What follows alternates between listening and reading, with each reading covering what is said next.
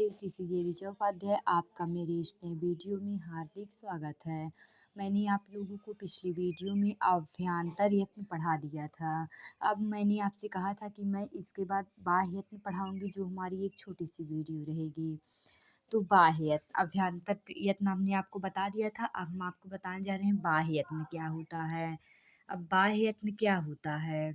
किसी वर्ण के मुख से बाहर निकलते समय जो यत्न करना होता है उसे बाह्य यत्न कहते हैं। अभ्यांतर यत्न में हमने पढ़ा था कि किसी वर्ण को मुख से बाहर निकालते समय मुख के अंदर ही जो यत्न करना पड़ता है उसे अभ्यांतर यत्न कहते हैं। बाह्य यत्न किसी वर्ण के मुख से बाहर निकालते समय बाहर जो हमें यत्न करना पड़ता है उसे हम बाह्य यत्न कहते हैं। बाह्य यत्न के प्रकार, बाह्य यत्न जो होती हैं वह 11 प्रकार की होती हैं। विवार, संवार, श्वास, नाद, घोष, अघोष, अल्पप्राण, महाप्राण, उदात्त, अनुदात्त, स्वरित। अब हम इसको एक उदाहरण श्लोक से समझेंगे, जिसको आपको याद करने में बहुत ही आसानी होगी। जैसे खरो विवारा श्वासाघोष, मतलब खर खर प्रत्याहार के अंतर्गत विवार, श्वास, अघोष ये तीनों वर्ड आते हैं। फिर हस, संवारा, नादाघोष, हस प्रत्याहार के अंतर्गत हमारे संवार, नाद और घोष वर्ण आते हैं। ठीक, अब जैसे खरो विवारा श्वासाघोष, मतलब खर प्रत्याहार के अंतर्गत विवारा, श्वास, अघोष आती हैं। हस, संवारा, नादाघोष, हस प्रत्याहार के अंतर्गत हमारे संवार, नाद, घोष के वर्ण आते हैं। अर्थात खर प्रत्याहार के अंतर्गत आने वाले वर्णों को विवार, श्वास, अघोष यत्न कहते हैं। हस प्रत्याहार के अंतर्गत आने वाले वर्णों के संवार, नाद, घोष यत्न कहते हैं।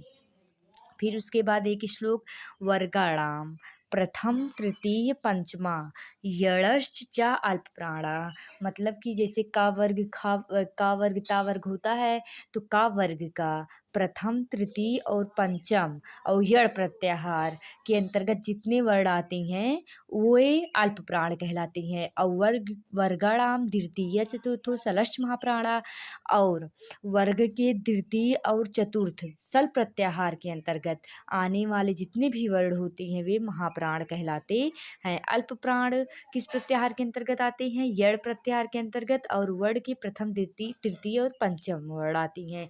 महाप्राण जो है सल प्रत्याहार के अंतर्गत आता है, ये वर्ग के द्वितीय और चतुर्थ वर्ण होते हैं। वर्गों के प्रथम और तृतीय और पंचम वर्णों तथा यण प्रत्याहार के अंतर्गत आने वाले वर्णों को अल्प प्राण का यत्न कहते हैं। वर्गों के द्वितीय, चतुर्थ वर्ण तथा सल प्रत्याहार के अंतर्गत आने वाले वर्णों को हम महाप्राण कहते हैं। अब हम बाह्य यत्न के 11 भेदों की व्याख्या जानेंगे कि विवार, संवार, घोष ये सब होते क्या हैं। तो विवारा, विवारा क्या होता है? इसका अर्थ है मुख का, इसका अर्थ क्या होता है? मुख का खुलना। मतलब विवारयति विकासयति मुखातीत, विवारयति विवारयति विकासयति मुखातीत। वर्णों का उच्चारण करते समय मुख का खुलना विवार यत्न कहलाता है। संवार, वर्णों की उच्चारण करते समय मुख का संकुचित रहना, मतलब मुख का पूर्ण रूप से नहीं खुलना संवार कहलाता है। विवार मतलब कि वर्णों का उच्चारण अगर हम कर रहे हैं तो मुख का खुला रहना विवार कहलाता है। और संवार, वर्ण का उच्चारण करते समय मुख का पूर्ण रूप से ना खुला रहना संवार कहलाता है। श्वास किसे कहते हैं? जिन वर्णों के उच्चारण में श्वास चलता है उन्हें हम श्वास यत्न कहते हैं।